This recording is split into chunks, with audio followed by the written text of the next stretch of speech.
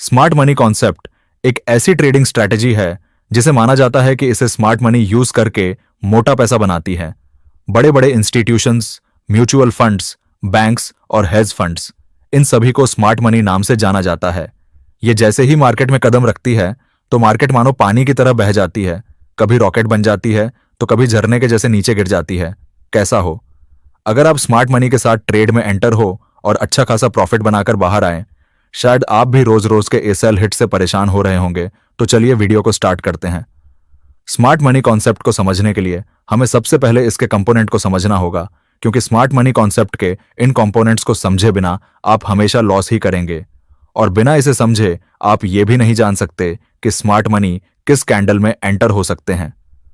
Smart money के इन components को जानने के बाद हम इन सभी को मिलाकर स्मार्ट मनी ट्रेडिंग स्ट्रेटेजी को चार्ट पर समझेंगे। माना जाता है कि इन्हीं स्ट्रेटेजी का इस्तेमाल करके स्मार्ट मनी मोटा पैसा बनाते हैं। चलिए पहले ऑर्डर ब्लॉक को समझते हैं, जो स्मार्ट मनी कॉन्सेप्ट का सबसे जरूरी कंपोनेंट है। ऑर्डर ब्लॉक से ही हमें स्मार्ट मनी के ऑर्डर्स का पता चलता है कि किस जगह उनके बल्क क्वांटिटी में ऑर्डर पड़े हैं। अब जरा चार्ट को ध्यान से देखिए। यहां बहुत से लोग एक ही गलती करते हैं। रिटेल ट्रेडर को लगता है कि मार्केट सपोर्ट और रेजिस्टेंस से चलती है। वो पतली लाइन खींच देता है और सोचता है कि बस यहीं से प्राइस पलटेगी। लेकिन स्मार्ट मनी लाइन से नहीं, जोन से काम करती है, और वही जोन होता है ऑन ऑर्डर ब्लॉक। अब चार्ट पर देखिए, यहां एक छोटी सी कैंडल है और उसके बाद प्राइस ने बहुत तेजी से ऊपर की तरफ मूव दिया है। रिटेल ट्रेडर को यह मूव दिखता है, वो एक्साइटमेंट में मार्केट में बाय कर लेता है। लेकिन स्मार्ट मनी पहले ही उस आखिरी बैरिश कैंडल में बाय कर लेता है।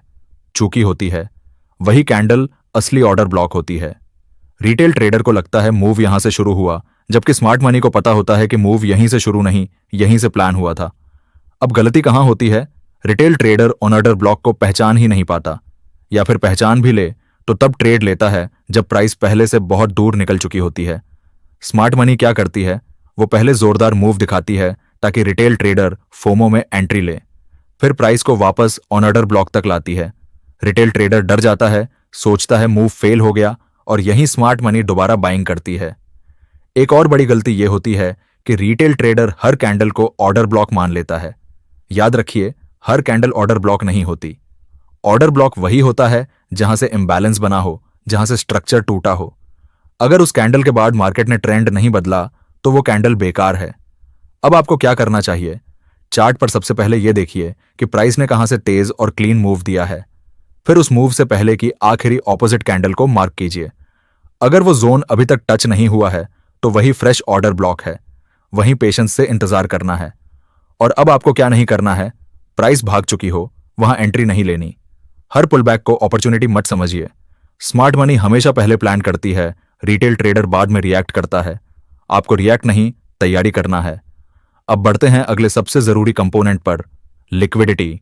रिटेल ट्रेडर्स का स्टॉप लॉस, स्मार्ट मनी का खाना। अब इस पार्ट में जरा अपने दिल पर हाथ रखकर सोचिए, आपका स्टॉप लॉस ज्यादातर कहां कटता है? हाई के ऊपर या लो के नीचे? और यही सबसे बड़ी सच्चाई है, जहां आपका स्टॉप लॉस है वहीं लिक्विडिटी है। चार्ट पर देखिए, ये पिछले हाईज हैं। रिटेल ट्रेडर यहां शॉर्ट करता है और स्टॉप लॉस इसी हाई के ऊपर लगाता है। स्मार्ट मनी को अगर सेल करना है तो बायर्स चाहिए, तो स्मार्ट मनी द्वारा प्राइस को जानबूझकर ऊपर धकेला जाता है। हाईज के ऊपर कैंडल जाती है, ब्रेकआउट लगता है, रिटेल ट्रेडर्स ब्रेकआउट देखकर बाय करता है और इसी हाई पर अपने एसएल लगाता है। अब आप ध्यान से समझिए, स्मार्ट मनी ने इस हाई से सेल करने के लिए एक तीर से दो निशाने लगाए। पहले तो इन हाई से फेक ब्रेकआउट करके सेलर्स को मार्केट से बाहर किया, और दूसरा ब्रेकआउट दिखाकर बायर्स को इनवाइट किया ताकि स्मार्ट मनी को लिक्विडिटी मिल सके ब्रेकआउट ट्रेडर्स की, और फिर वे मार्केट को तेजी से नीचे गिरा देते हैं और रिटेल ट्रेडर ट्रैप हो जाता है। रिटेल ट्रेडर की गलती यह है कि वो सोचता है मार्केट सपोर्ट रेजिस्टेंस से चलती है। वो नहीं समझता कि मार्केट लिक्विडिटी से चलती है। स्मार्ट मनी को डायरेक्शन से ज्यादा फर्क लिक्विडिटी से पड़ता है। पहले लिक्विडिटी ली जाएगी, डायरेक्शन बाद में आएगी। सेल साइड लिक्विडिटी में भी यही खेल होता है। अगर स्मार्ट मनी किसी सपोर्ट से बाय करना चाहता है तो वो पहले इन रिटेल बायर्स को मार्केट से बाहर करेगा। और वो कैसे? तो देखिए, वो प्राइस को सपोर्ट से थोड़ा नीचे ले जाएगा, जिससे सपोर्ट पर जितने भी बायर्स बैठे हैं वो अपनी पोजीशंस को एग्जिट करके मार्केट से बाहर हो जाते हैं। अब स्मार्ट मनी को प्राइस यहां से ऊपर ले जाने के लिए सेलर्स के स्टॉप लॉस चाहिए, और वो स्टॉप लॉस देंगे रिटेल ट्रेडर्स, जो इस सपोर्ट का ब्रेकडाउन देखकर सेल करेंगे और अपने स्टॉप लॉस यहां कहीं रखेंगे। स्मार्ट मनी इन्हीं स्टॉप लॉस को लिक्विडिटी के जैसे यूज करके प्राइस को तुरंत ऊपर ले जाते हैं और रिटेल ट्रेडर्स यहां भी सेल करके ट्रैप हो जाते हैं। अब आपको क्या करना चाहिए? चार्ट पर सबसे पहले यह पूछिए, यहां किसका नुकसान होगा? जहां ज्यादातर लोग नुकसान में होंगे वहीं स्मार्ट मनी फायदा कमाती है। इक्वल हाइज, इक्वल लोज, ऑब्वियस लेवल्स, ये सब लिक्विडिटी पूल्स होते हैं। और अब आपको क्या नहीं करना चाहिए? हर ब्रेकआउट पर ट्रेड मत लीजिए। ब्रेकआउट के पीछे लिक्विडिटी होती है, ट्रेंड नहीं। पहले देखिए ब्रेकआउट किसके स्टॉप लॉस पर हो रहा है। अब बढ़ते हैं एक और जरूरी पॉइंट पर, एफवीजी यानी फेयर वैल्यू गैप, मार्केट का अधूरा काम। अब जरा चार्ट पर इस तेज मूव को देखिए। कैंडल बिना रुके भाग रही है। रिटेल ट्रेडर खुश हो जाता है, भाई ट्रेंडिंग मार्केट है। लेकिन उन्हीं भागती हुई कैंडल में एक बहुत बड़ी कैंडल बनती है।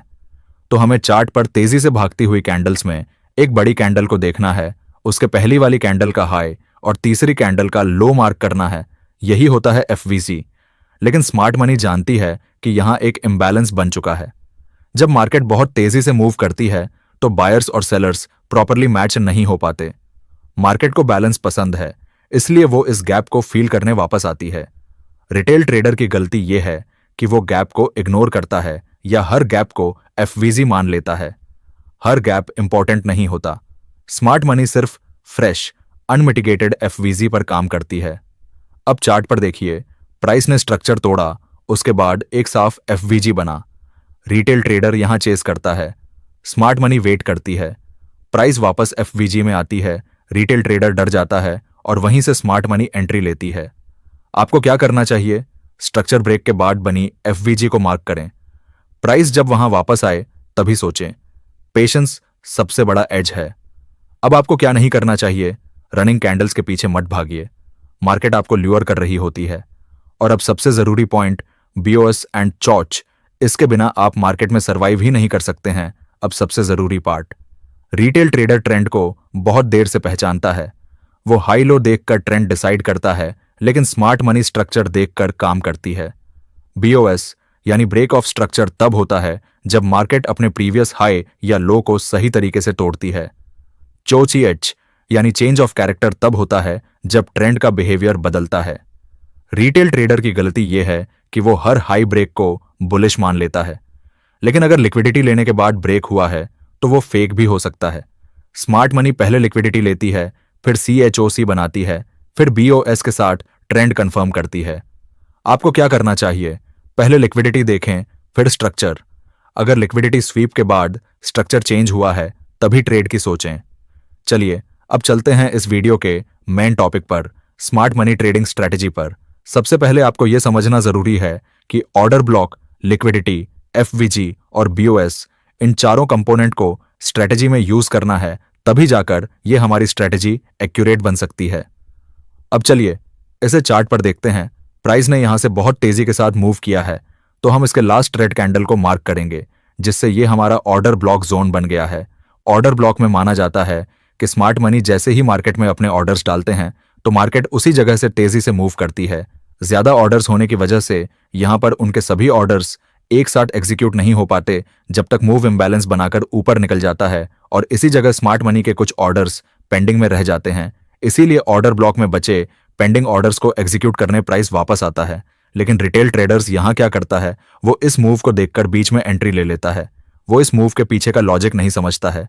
वहीं एक प्रो ट्रेडर पहले ऑर्डर ब्लॉक मार्क करता है और इस बड़ी कैंडल में एफवीजी को मार्क करता है। अब इससे उसे दो कंडीशन मिलती हैं प्राइस वापस आने की। पहली ऑर्डर ब्लॉक और दूसरी एफवीजी को फील करना। तो ट्रेडर्स ऑर्डर ब्लॉक तभी एक्यूरेट माना जाता है जब ऑर्डर ब्लॉक में इम्बैलेंस क्रिएट होता है या एफवीजी बनता है। और जैसे ही प्राइस एफवीजी में वापस आता है, प्रो ट्रेडर लिक्विडिटी ढूंढने लगता है और उसे इन हाइस पर सेलर्स की लिक्विडिटी दिखती है। उसे कंफर्म हो जाता है मार्केट ये लिक्विडिटी लेने ऊपर जा सकता है और वो इस कैंडल में बाय करता है। अपना stop loss order block zone पर लगाता है और अपना टारगेट इस हाई पर सेट करता है। कुछ देर बाद इसे अपना टारगेट अचीव हो जाता है। तो ट्रेडर्स इस ट्रेड में आपको तीन कंपोनेंट का संगम देखने को मिला, ऑर्डर ब्लॉक, एफवीजी और लिक्विडिटी। आपको भी जब तक स्मार्ट मनी ट्रेडिंग स्ट्रैटेजी में 2 या 3 कंपोनेंट चार्ट पर ना दिखें तब तक वो स्मार्ट मनी कॉन्सेप्ट का हिस्सा नहीं होगा, सिर्फ तुक्का होगा। अगर आप अकेले ऑर्डर ब्लॉक या कोई और कंपोनेंट को अकेले ट्रेड करते हैं तो आप स्मार्ट मनी कॉन्सेप्ट का यूज नहीं कर रहे। स्मार्ट मनी कॉन्सेप्ट का मतलब ही यह है कि आप 2 या 3 कंपोनेंट का यूज करें ट्रेड लेने के लिए। अगर आपको यह वीडियो हेल्पफुल लगी हो तो कमेंट में भर दो एसएमसी मास्टर